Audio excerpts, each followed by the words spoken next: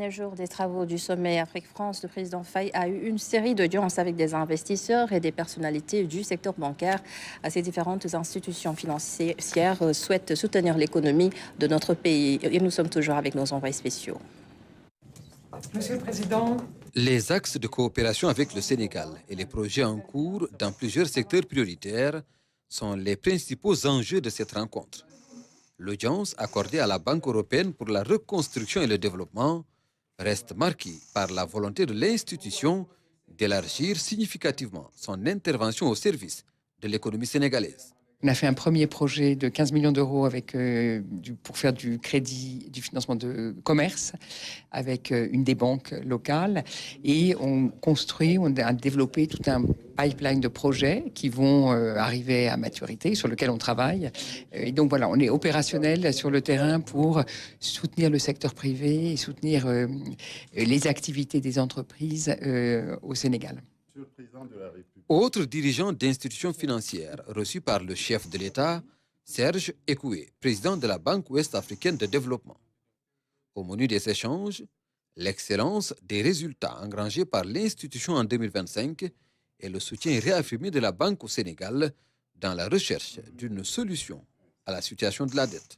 Monsieur le Président, très heureux. Avec un chiffre d'affaires de 29 milliards en 2025, la laiterie du Berger s'est hissée au rang de champion national.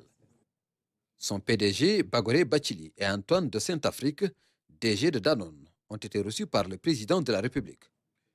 Danone et la laiterie du Berger, fleuron du secteur agroalimentaire sénégalais, ont bâti leur partenariat sur une conviction partagée, produire et transformer localement.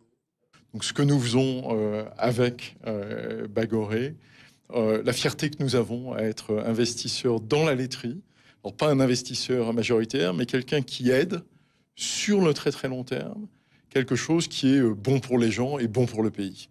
Pour moi, c'est une très grande fierté en tant que Sénégalais d'être ici, de pouvoir rencontrer notre président et d'être avec mes partenaires historiques. Ça fait 20 ans, comme il a été dit, qu'on est ensemble, et de pouvoir montrer le type de partenariat que nous avons fait avec une marque tellement forte, tellement locale, qui est la fierté du Sénégal et des Sénégalais, et qui permet d'aller chercher des partenaires partout tout en restant qui nous sommes. Donc ça, c'est quand même une belle réussite. Ça montre qu'on peut être ancré et ouvert en même temps.